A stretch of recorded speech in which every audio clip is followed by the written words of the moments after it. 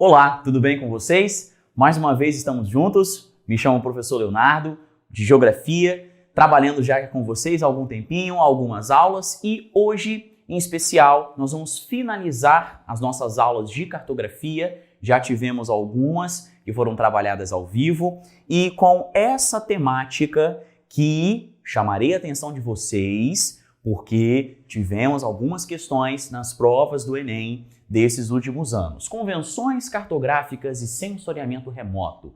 Na aula de hoje nós vamos falar sobre símbolos, representações, cálculos de escala, um pouquinho de matemática também, mas calma, não se assuste, é só um pouquinho. E claro, as tão importantes tecnologias de sensoriamento remoto e os seus impactos no nosso cotidiano. Então, vejam bem, meus lindos, as convenções cartográficas, elas são caracterizadas por nós como uma organização de simbologia. O que eu quero dizer para você?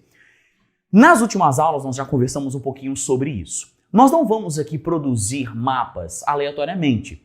Os mapas, considerando uma produção formal a nível técnico-científico, eles obedecem a algumas regras, a alguns parâmetros. No caso, o que nós estamos vendo aqui foram símbolos convencionados, ou seja, determinados, caracterizados para que, de fato, as representações elas fossem o mais claro possível. Ou seja, existe uma necessidade inquestionável de clareza. O leitor, aquele que estiver interpretando o mapa, ele precisa, obviamente, ter todas as condições possíveis para compreender os fenômenos de fato que estão sendo representados. Então, nós temos aqui uma classificação e um entendimento, primeiro, no sentido qualitativo, ordenado ou quantitativo.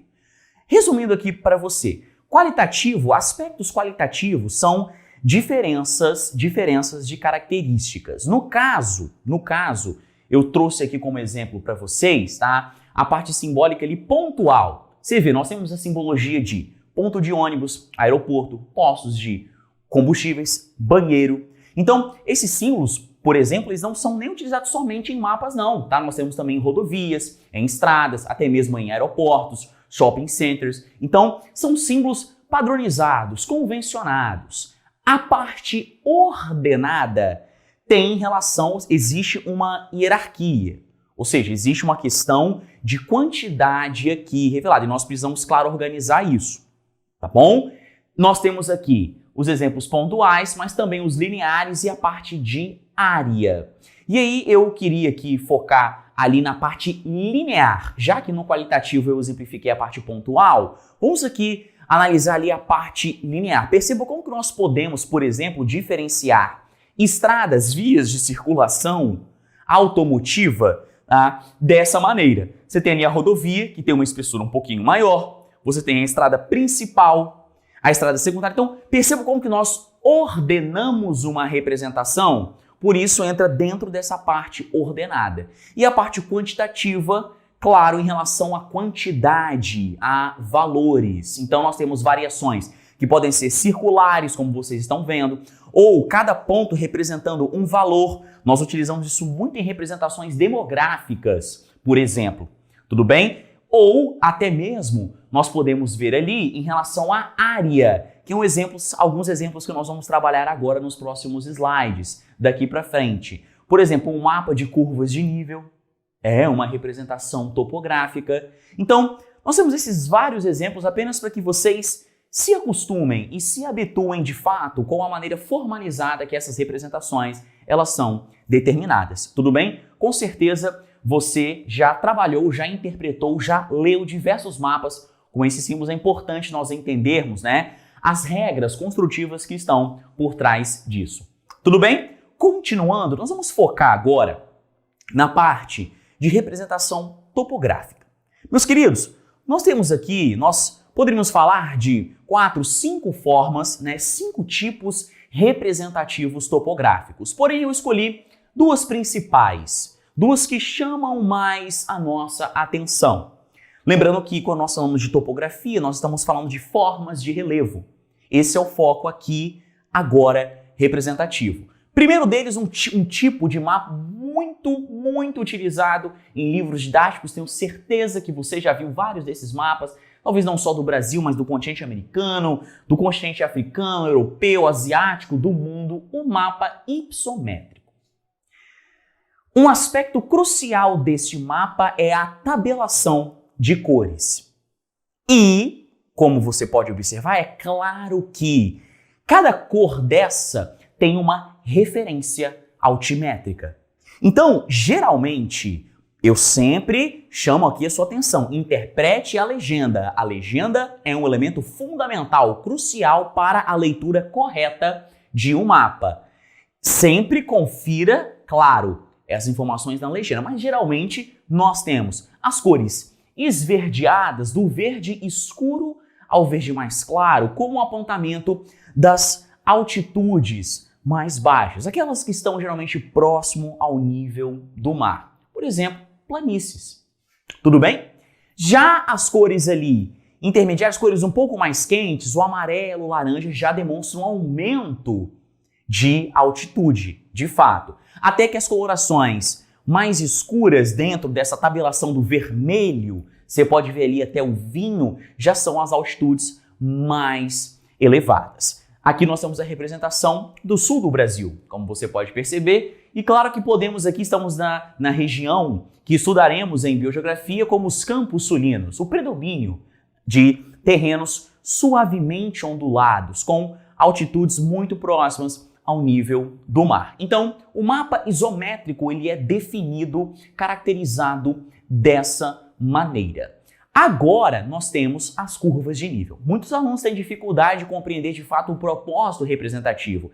Muitos perguntam assim, professor, mas eu não consigo imaginar como que isso daqui, essas linhas concêntricas ou côncavas, elas definem uma forma de relevo. Por isso eu coloquei essa imagem. Antes de mais nada, eu quero que você entenda cada um desses aspectos. Tem um quarto extra que eu vou citar aqui também para vocês. Deixei esse aí de surpresa. Primeiro, toda a curva define a mesma cota altimétrica.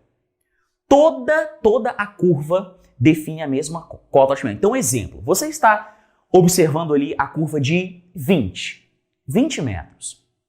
Professor, existe algum ponto aqui, um outro ponto extremo dessa curva que esteja em outra altitude? Não. Toda a curva ela vai definir essa mesma elevação. Tudo bem? Não confunda isso. E lógico que toda curva ela vai fechar sobre si mesma. A exceção quando você tem alguma área de depressão ou algum corte hídrico. Tudo bem? Agora, nós temos que entender o seguinte. Essas curvas fechando sobre si nunca se cruzam. Você, por exemplo, nunca vai observar em um mapa de curvas de nível, nesse caso aí, por exemplo, a curva de 20 cruzando a de 30 ou a de 10. Não. Cada uma tem a sua, lembre-se, cada uma tem a sua definição. A sua definição altimétrica. Isso aqui é um zoneamento altimétrico. Não, eu preciso que vocês entendam isso. Por exemplo, essa interpretação, esse conhecimento, ele é aplicado na agricultura de jardinagem. Logo vocês assistirão a aula de agricultura também comigo. Nós vamos entender que, a produção agrícola em vertentes é possibilitada justamente pela adoção dessa técnica, que lança a mão desse entendimento. Ok? E a informação extra que eu prometi para vocês, além desses 3 tópicos aqui, geralmente o vértice dessas curvas ele vai apontar para a nascente de um rio, ok? E aí nós teremos alguns exemplos que nós poderemos visualizar isso aí em diversos exercícios. Uma outra informação aqui importante. Quanto maior a proximidade das curvas de nível, maior a declividade do terreno. Então, se você perceber na parte sudoeste dessa representação esquemática, podemos observar uma distância considerável entre a curva de base, a curva de 10 metros, e a curva de 20, na parte sudoeste. Observe, Significa que aquela área ali, realmente, como você pode observar pelo outro esquema abaixo, é uma área mais regular, plana. Agora, conforme nós observamos ali, por exemplo, a proximidade das curvas 30 e 40, perceba que já é uma área mais acidentada. Então, com a declividade muito mais percebida, notável de fato. Então, esses são os elementos cruciais para que nós possamos interpretar corretamente um mapa de curvas de nível. E agora, vamos falar um pouquinho sobre escalas. Professor, quando eu vejo isso em matemática, eu já saio correndo, fico morrendo de medo. Por quê? Super tranquilo. Então, é importante nós entendermos o conceito de escala, que é nada mais, nada menos, e você pode lembrar desse conceito de acordo com a própria fórmula. A razão entre aquilo que está sendo representado em um mapa, em um produto cartográfico, claro, em relação às distâncias reais, ou seja, as dimensões reais próprias daquela localidade. Nós temos duas maneiras de representarmos as escalas. Primeiro, a numérica e depois a gráfica. Entenda o seguinte, a numérica ela sempre terá esse formato fracionário. Nós temos o 1, caracterizado, definido como, neste caso, o numerador, e 50.000, no exemplo, como o denominador. E nós temos aqui, claro, uma relação direta com a fórmula.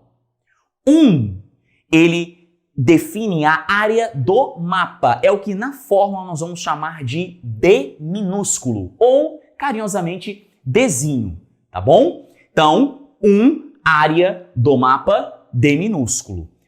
50.000, que é o denominador, é o D maiúsculo, significa a distância real. Então, professor, beleza, D minúsculo, a distância gráfica, distância no mapa, D maiúsculo, a distância real. Ok? Ok, maravilha. E você me pergunta, professor, mas qual a unidade de medida dessa escala numérica? Aqui nós temos duas possibilidades.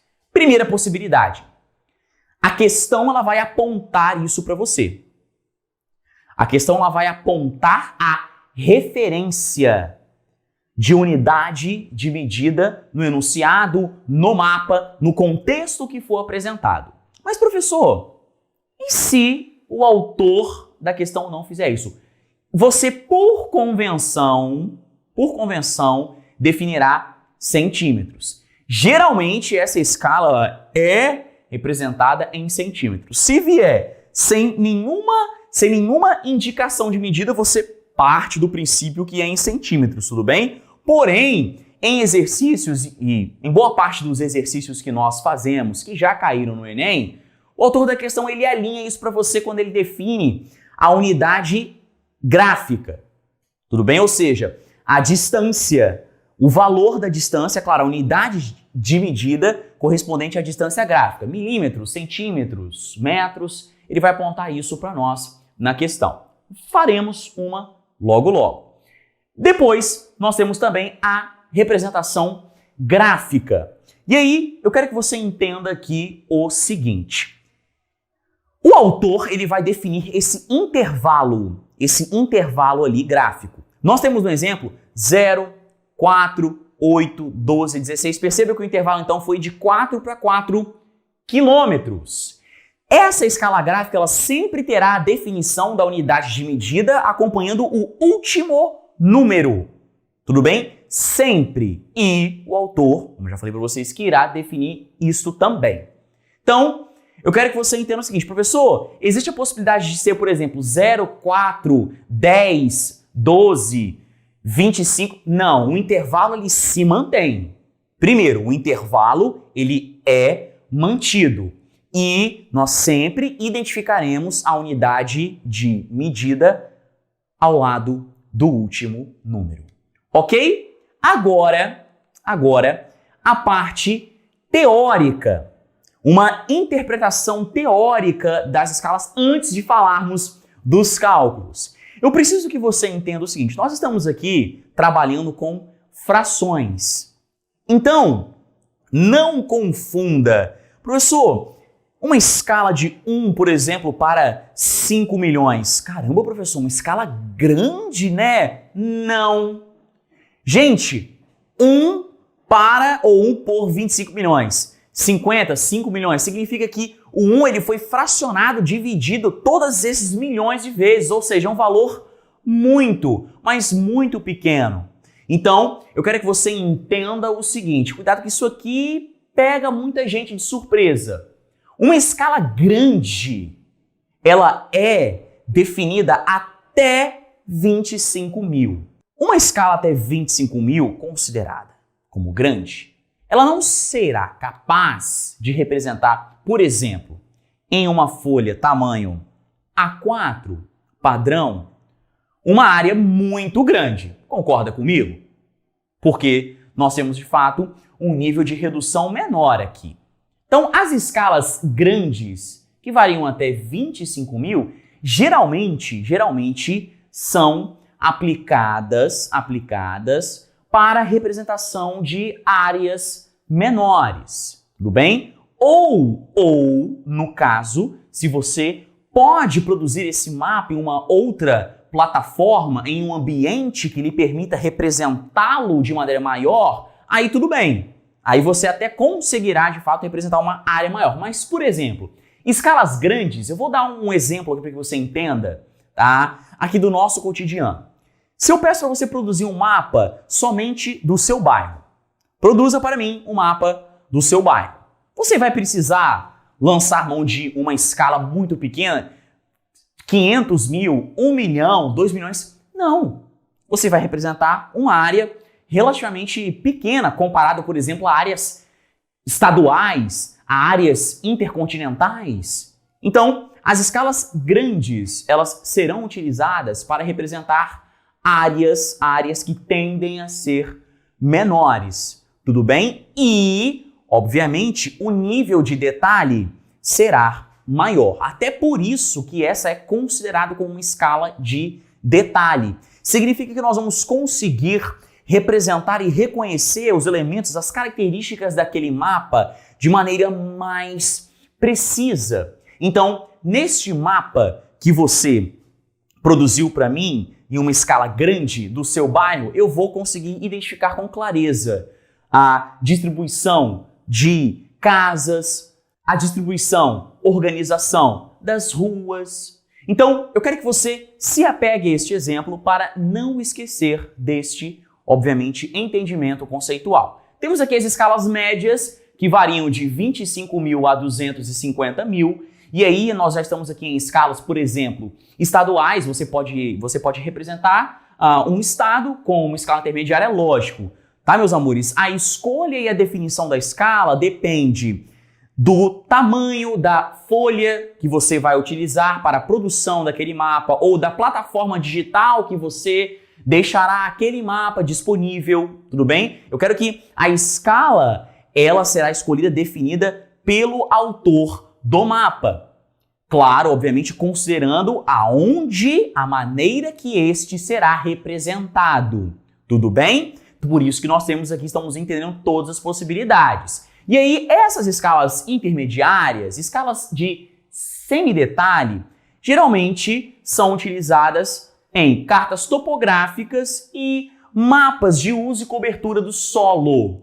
Tudo bem? Por fim, as escalas pequenas, as escalas que estão acima de 250 mil. Aí sim. A maioria dos mapas que vocês têm nos livros didáticos, por exemplo, são mapas de escalas pequenas. Essa é uma escala sintética. Mapas produzidos nessa escala, eles precisam representar de maneira geral, é uma visão um pouco mais global, cartográfica. Por exemplo, se eu quero analisar fluxos migratórios internos aqui no Brasil. E aí eu quero destacar aqui os fluxos, por exemplo, da região Nordeste para a região Sudeste. Com certeza, este mapa será produzido em uma escala pequena. Para nós representarmos as dimensões dessas regiões, precisaremos utilizar uma escala pequena, ou seja, nós vamos ter que reduzir muito mais as distâncias reais a fim de elas caberem no mapa lá na nossa apostila. Agora você conseguiu entender melhor a partir desse exemplo? Ah, professor, então beleza. Então posso dizer que escalas pequenas são geralmente utilizadas para representar áreas maiores? Perfeito. Perfeito. É justamente o oposto das escalas grandes. Tudo bem? Então, essa tabelinha aqui, ela é muito didática. Sempre que você tiver dúvidas em relação a essa interpretação teórica de escalas, consulte-a. Consulte aqui a partir desta aula, deste link. Maravilha? E sim, o tão temido cálculo. Meus amores, nós temos aqui um macete para que você não esqueça a fórmula de escala. Este triângulo representa de fato um macete. Vou te ensinar. O que você quer encontrar, tampe, bloqueie a sua visão da letra da variável que você quer encontrar. Por exemplo, eu quero encontrar a escala. Vou tampar o E, ó. Tampei o E. Tô vendo Dzão, D maiúsculo, sobre Dzinho. Opa, essa é a fórmula, professor? Exatamente. Ah, preciso encontrar, professor, eu tenho uma escala, tenho uma distância gráfica, mas quero encontrar a distância real. Vou tampar a distância real. O que eu estou vendo? Escala vezes multiplicado por distância gráfica. Essa forma, professor? Exatamente. Ah, professor, tenho a distância real. Tenho a escala, porém quero encontrar a distância gráfica. Tampei o Dzinho, D maiúsculo sobre escala. Simples assim. Nossa, professor, sério? Isso funciona mesmo? Claro, com certeza.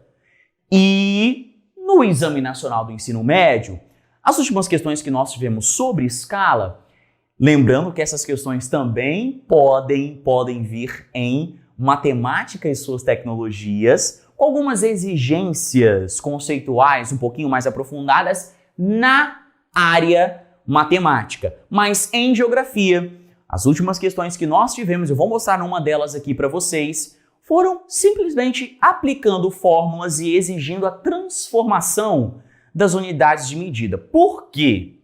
Geralmente o autor da questão, ele te dá a distância gráfica em uma unidade e a distância real em outra unidade. Então, nós precisamos igualar para procedermos com a operação matemática. Como o professor de matemática sempre ensinou vocês, você nunca faz uma operação, você nunca faz uma divisão, nós não conseguimos dividir valores em unidades diferentes. Isso é matematicamente incorreto.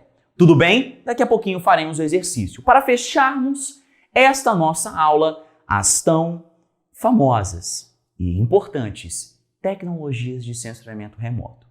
Meus lindos, antes de mais nada, eu quero que você entenda que isso está presente no nosso cotidiano. Nós temos acesso a diversos produtos do sensoriamento remoto. E isso, claro, pode ser observado por uma diversidade absurda e imensurável, temática, de mapas que nós temos hoje acesso e que nos permitiram conhecimentos específicos e importantíssimos da superfície terrestre.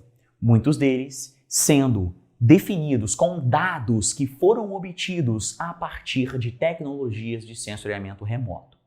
Queridos, nós vamos utilizar neste momento um exemplo dos satélites, mas já te adianto que eles não são a única ferramenta de contemplarmos esse entendimento. Tudo bem? Eu quero que você entenda o seguinte: sensoriar remotamente significa que dados estão sendo obtidos sem o necessário contato físico, sem você necessariamente estar próximo daquela área. Por isso, o termo remoto. Este esquema, que inclusive um esquema muito próximo do que caiu na prova do Enem, nós veremos na questão, ele ilustra perfeitamente o conceito. Nós temos aparelhos, nós temos equipamentos que são responsáveis pelo recebimento, pela captação da energia refletida pela superfície terrestre. E a partir dos diferentes padrões refletidos, nós conseguiremos interpretar distintas áreas. Por exemplo, a praia, uma região litorânea, ela não reflete a energia solar da mesma forma, por exemplo, que uma área urbana. Em uma área que você possa observar o predomínio de vias asfaltadas, de prédios, de construções civis.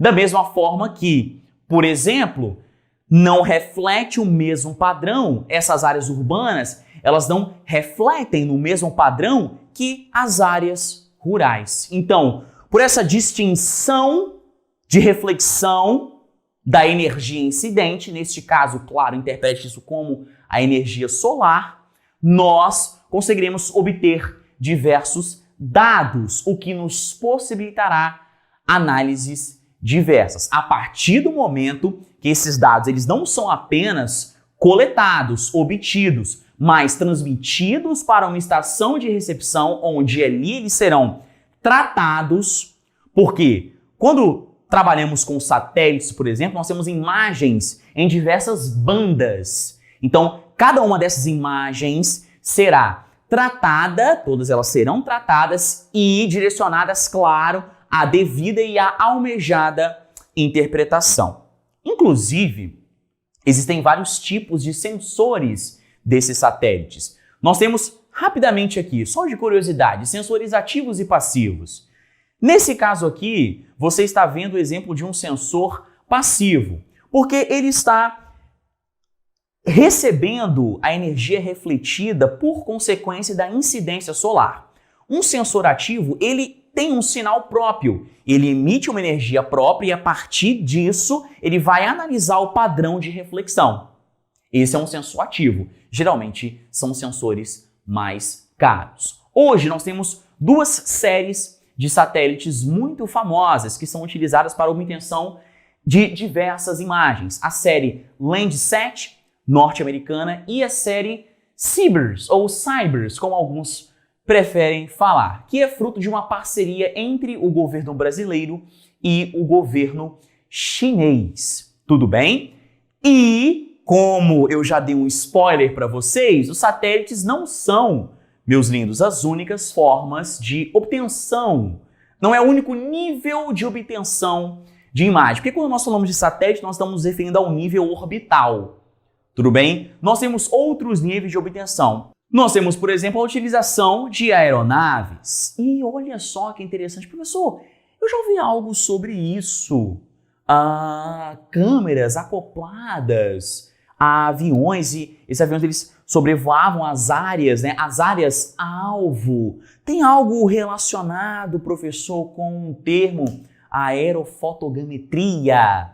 Tudo bem? Que já foi muito utilizado, por exemplo, nós temos essa utilização inicial e pensamos em sensoramento remoto, em termos originários tecnológicos, no contexto da Segunda Guerra Mundial, quando os exércitos, as forças militares já utilizavam essas imagens obtidas por voos em áreas de ocupação em território inimigo para planejar as suas ofensivas, os seus ataques ou os seus cercos, o objetivo de você flanquear o seu inimigo. Então, perceba que já há mais de um século nós estamos em contato com essas tecnologias. É claro que elas foram evoluindo e hoje, por exemplo, você também pode contemplar este princípio e consolidar esse processo a partir da utilização de drones. Nós já temos muitas empresas que utilizam drones, né? Os drones sendo utilizados para o levantamento, para a obtenção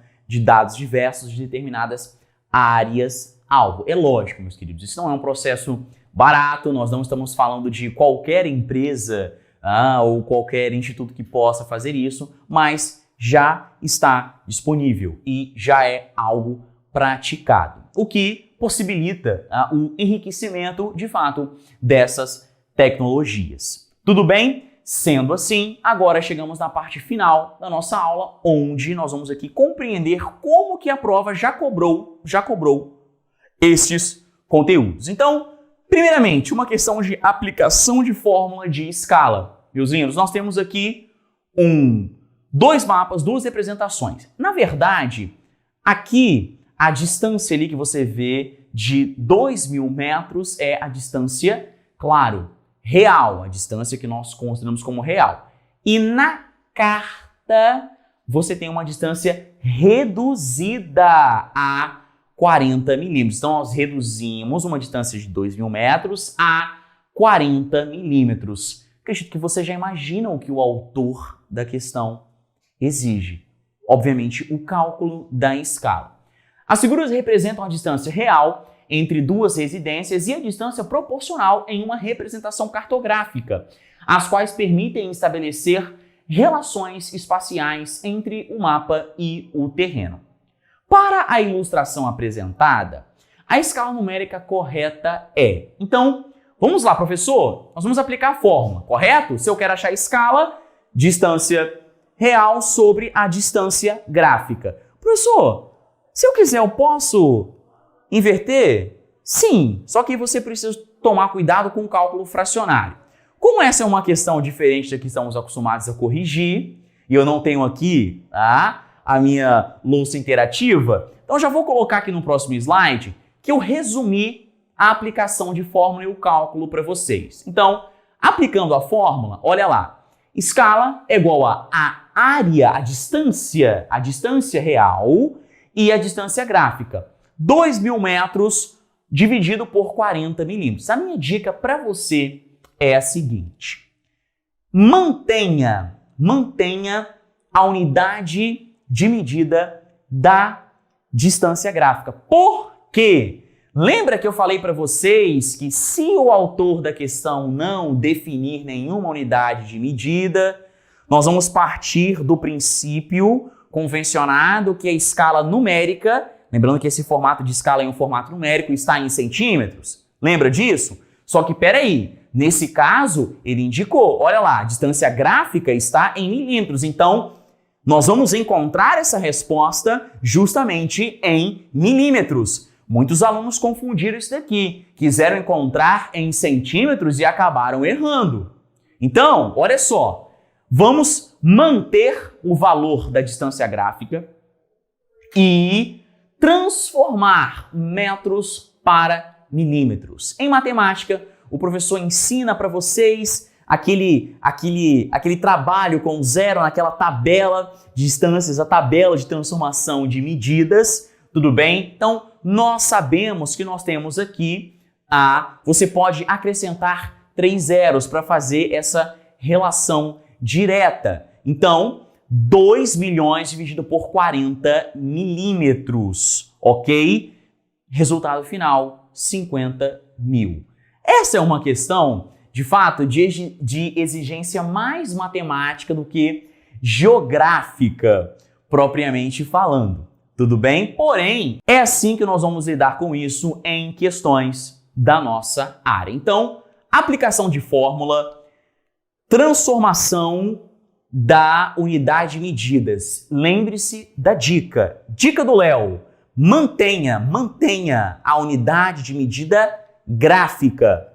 Transforme, adeque a distância real ao já pontuado graficamente, tudo bem? Mas, professor, e se eu quiser fazer o contrário, outro caminho? Não, tudo bem, pode fazer, tá? Só tome cuidado, porque aí você vai trabalhar com um número maior, né, de casas decimais, exponencial, negativo. Então, eu acredito que dessa maneira aqui seja, de fato, mais prático e mais rápido.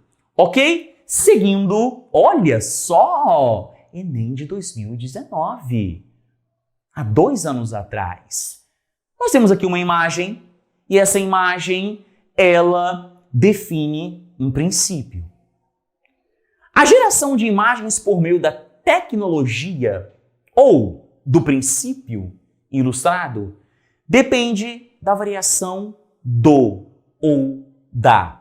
Meus queridos, vejam bem, nós temos aqui primeiro Observe atentamente aos diferentes usos do solo.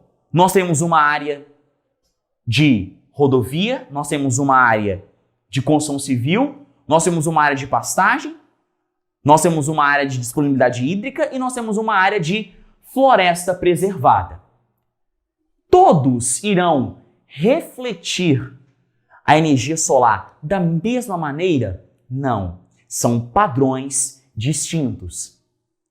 Ok, professor. Então, pela interpretação da imagem, eu acho que eu já posso analisar as alternativas e vou acertar rapidinho. Cuidado. Cuidado, porque eu deixei aqui um conceito para trabalharmos, justamente durante a correção dessa questão.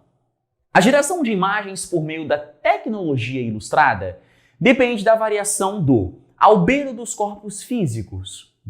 Será que é essa?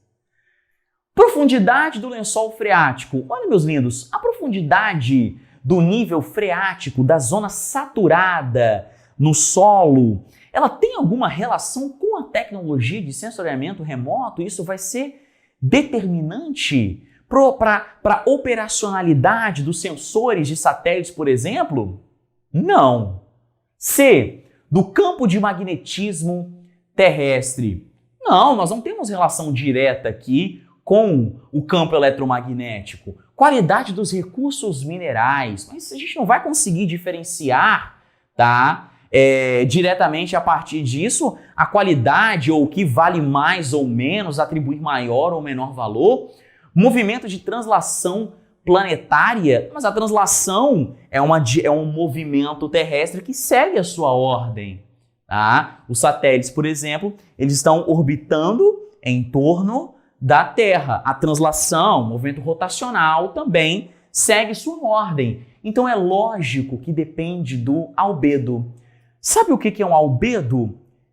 Resumidamente, trabalhando aqui com você, o nível de reflexão de energia incidente sobre um corpo. Por exemplo, eu estou aqui com uma blusa preta. Você já viu uniformes escolares na cor preta? Isso é comum? Não, professor. Nossa, eu nunca vi. Qual é a cor mais comum? Ah, professor, é o branco. Por quê? Porque o albedo, a eficiência deste processo, ela é muito maior em cores mais claras. A neve, por exemplo, tem um nível de reflexão maior. Depois, se você tiver curiosidade, você pode pesquisar a tabela, as variações percentuais de albedo. Então, essa relação, esse percentual de reflexão de energia incidente sobre determinado corpo é conceituado, é definido como um albedo. Então é lógico que isso vai ser determinante para que este processo seja concluído, para que esse princípio seja atendido. Por quê? A pastagem, ela vai refletir a energia solar de determinada forma. A rodovia, de uma forma completamente diferente. Principalmente se considerarmos o material que é utilizado para a construção de rodovias, para o asfalto e também a sua coloração cinza escuro. Tudo bem? De fato, então, são padrões distintos e a partir dessa distinção do processo de reflexão de energia, nós interpretaremos áreas, usos também distintos. Perfeito? Sendo assim, queridos, mais uma vez agradeço pela atenção de vocês, fechamos o nosso trabalho com a ciência cartográfica e até a próxima aula.